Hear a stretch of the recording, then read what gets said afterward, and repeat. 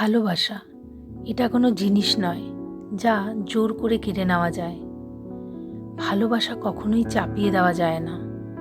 এটা আসে হৃদয়ের গভীর অনুভব থেকে, যেখানে থাকে সম্মান, বিশ্বাস আর আন্তরিকতা।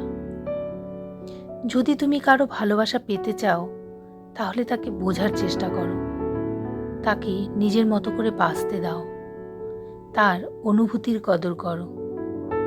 কারো উপর চাপ তৈরি করে কখনোই ভালোবাসা গড়ে ওঠে না, বরং সেটা তৈরি করে ভয়, বাধ্যবাধকতা আর দূরত্ব।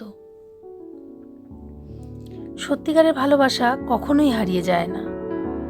যদি একদিন কেউ পাশে না থাকে, তাহলে বুঝবে সেই ভালোবাসাটা হয়তো ছিলই না।